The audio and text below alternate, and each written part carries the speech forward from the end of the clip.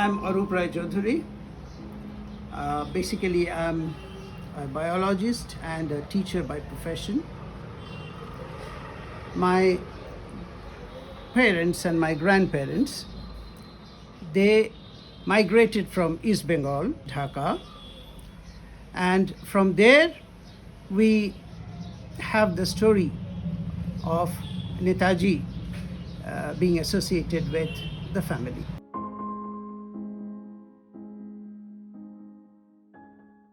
I think it should rightly start from the time of my grandfather, whose name was Sudhendu Mohan Das, and he had his brother-in-law, Deshobandhu Chittaranjan Das. So they two were very intimate.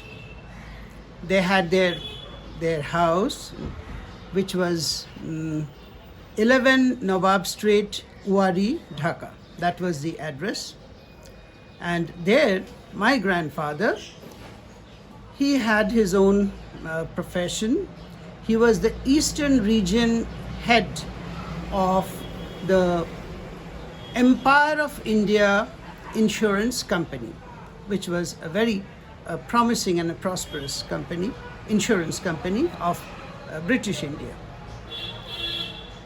So days had been passing like that, but so far we understand that it was Chittaranjan Das, his brother-in-law, who had introduced a young boy named Subhas from Calcutta, who was interested to meet the people of East Bengal for the purpose of bringing freedom to British India.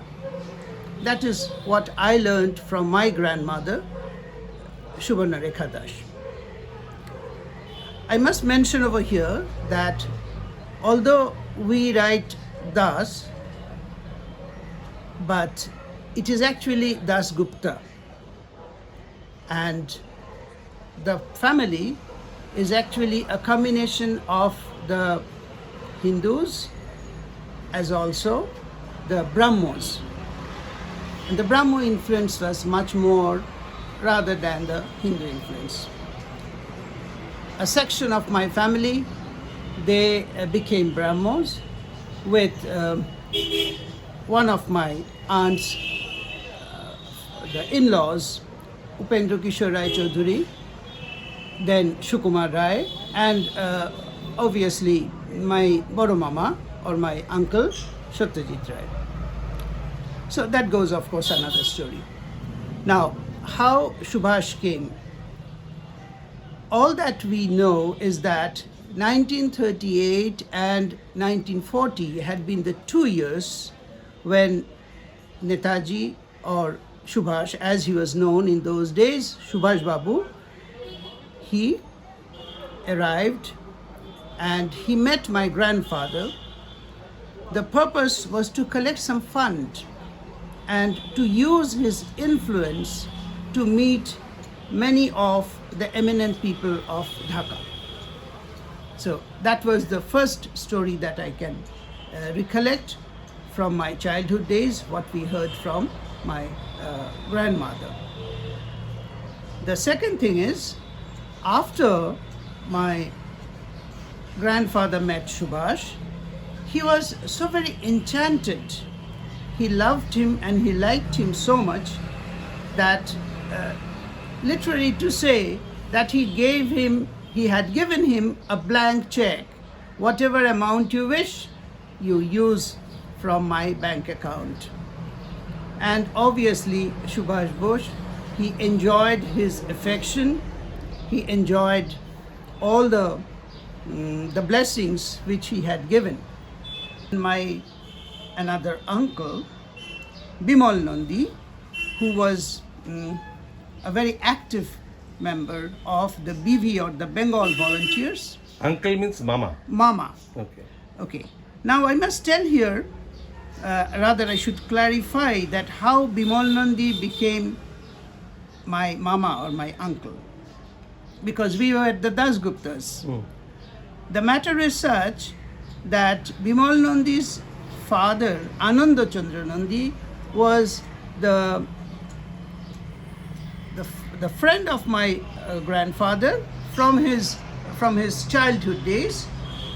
He was a very reputed advocate of Dhaka, and he had earned a huge reputation when he stood for the Prince of Bhawal with the Bhawal Shannashi case. So that is how he became famous. But perhaps because of his social reputation, he was not very keen to allow his youngest son Bimal Nandi to go into these political activities, because that was the British time. But Bimal was too keen to get into these matters. So what he did, he took shelter in my grandfather's house, 11 Nawab Street. He used to call my grandfather Kaka, and he used to call my grandmother Kakima, and both were very kind and affectionate to him. So Bimal Nandi took the shelter, and along with that, I must say, there was another person who was very prominent, but silently she played her role, and that was Leela Nag or Leela Roy, who was very young in those days. Probably she had been teaching in Nari Shikha Mandir, a school, a very reputed school. There were two schools which I heard from my parents, my mother and my grandmother. One was Kamrinisa school, one was Nari Shikha Mandir. And Leela Roy had been teaching possibly in Nari Shikha Mandir. So what happened, my aunts, they were 5 in number, with the eldest of them, Aruti Shengupta. Then came the next one, Uma. Then the next one was Pranati. Then was Prakriti, and my mother, Shukriti. All of them were students of this Leela Nag or Leela Deep. And they were very much influenced. Along with them was another girl whose name was Shabitri. Shabitri was my mother's first cousin. She was also very much in touch with Leela Roy.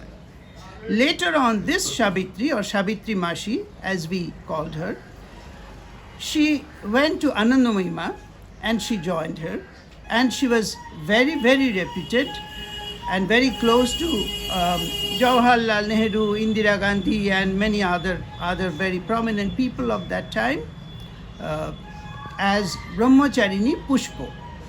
She was, her Ashramite name was Brahmacharini Pushpo. Okay. First cousin means from your mother's side or father's side? Father's side. জ্যাঠামশাইয়ের মেয়ে, মায়ের জ্যাঠামশাই ছিলেন উমেশ সেন শর্মা। তার এই জ্যাঠামশাই যার কথা বলছি, উমেশ সেন শর্মা, তিনি ছিলেন আমার দাদামশাই সুধেন্দ্রমোহন দাসের মাস্তুতো ভাই, and he was a teacher. তখনকার দিনে ওই পাঠশালার যে পণ্ডিত মশাই ছিলেন সেরকম, তো উনি খুব পণ্ডিত মানুষ ছিলেন। তারই মেয়ে হচ্ছেন সাবিত্রী। আচ্ছা আচ্ছা, তো এবারে And when did she join? Sorry, I'm interjecting again. When, which year, if you remember, she joined Anandamyima's ashram? That I have to refer to her. No, an approximate date will do. That was much later. I mean, after independence. After independence. Okay, not before to that. Not before to that. But we have a series of her video interactions. We have. Okay. So now what happened, this Shabitri, she was very much influenced by Leela Roy. And the 5 sisters, the 5 daughters of my grandfather, including my mother, as also Shabitri Mashi, they all, almost the entire day, they all spent in this house, 11 Nawab Street, and their only dream was how to free India. And what can we do? We are small, but still what can we do? And Leela Roy used to tell them that a great man will come. It's a sort of a savior type of thing. His name is Subhasji. He will come, he will bring freedom to us, and we all have to be prepared for that. So in those days, that was the only dream and the only theme of those youngsters. Along with them joined Bimal Nandi. So this is how Bimal Nandi became a family member, rather, from a friend's son to almost the next son. Okay, my grandfather had literally adopted him. He had become a foster father, like. And Bimal Nandi spent all his days in my grandfather's house, along with my uncle, that is my mother's elder brother, Ranjan Dasgupta. So it was a big gang of so many young children. This is how it all started. So far, I received the information. And in 1938, Subhasji came, but that was a midnight time. For two reasons, what I understood, and also from my grandmother, he avoided the daylight meeting. One is to avoid the British police, because they were very keen to see as where this Subhasji is going, to whom he is meeting, to whom he is speaking to. And he knew that my grandfather had a social reputation, and he had good intimacy with the British people. So he thought that, why do I put this gentleman in trouble when he is helping me? Naturally, what happened? He arrived during the midnight time. And another thing, of course, he had a very busy schedule all the day over here and there. So the first day he came, and it was a hurried meet. My mother's grandmother, Sharat Kamini Sen Chaudhurani, who was perhaps the only lady zamindar of Shenbari Mamanshing, East Bengal. She was present on that day, at that moment. And the fund which was given, which was rather blessed by my grandfather, we do not know how much money he gave, but so far I understood from my grandmother that he had given a very good amount of money. Along with that, he had given a bag which contained some gold guineas. Okay. In those days, those were almost in the family possession. Every rich people had those guineas. So he blessed Subhas with that. Along with that, he gave some fund. The next meeting was 1940. In 1940, two very important things happened. One, twice Subhas came. Secondly, once he met my grandfather and he saw one wooden scale lying on his desk.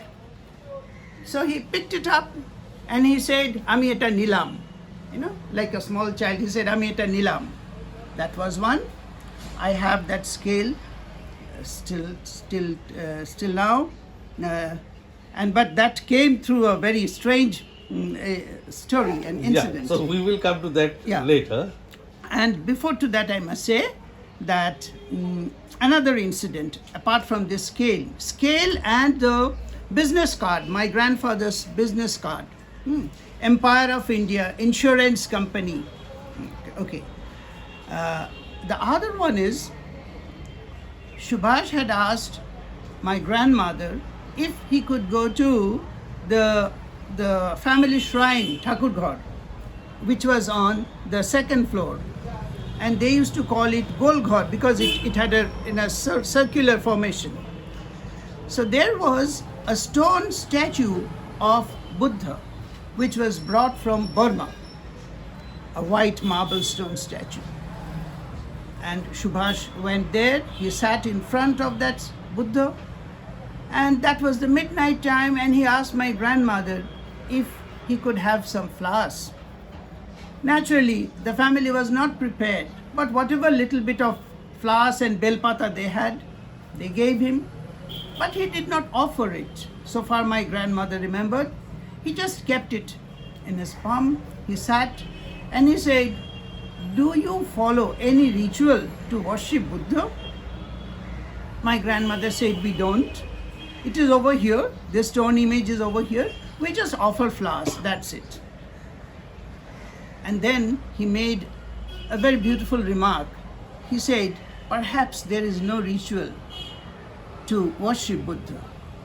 The best ritual or the best homage is to offer yourself to him for whatever be the cause, but the cause should be genuine.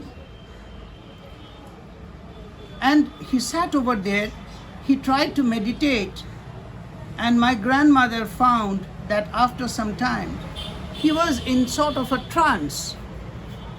He was sitting motionless, he didn't speak to anybody, half eyes closed. So my grandmother felt that she should not disturb. So what she did, she left the place quietly. She came down to the ground floor, and the entire family had been waiting.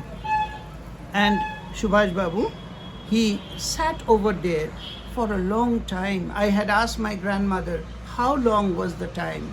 She said, now, that was in 1980, 1979, 1980 story when I asked my grandmother, because she had passed away in 1980.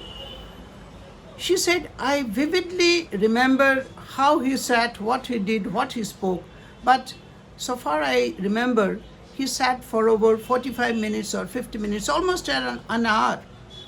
And when he came down, his face was red and flushed, and he didn't speak a single word. His eyes were full of tears, and he walked very silently.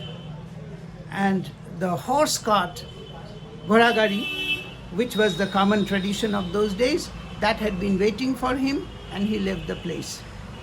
Here another incident happened. When my grandmother gave him the flower, he asked for the holy water, Ganga Jal.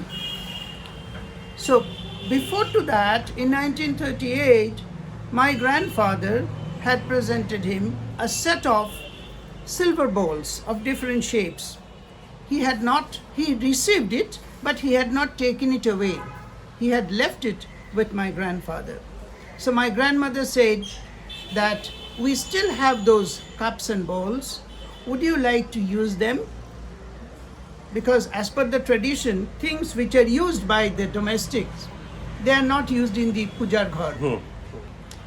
So that was something which was separately had been preserved.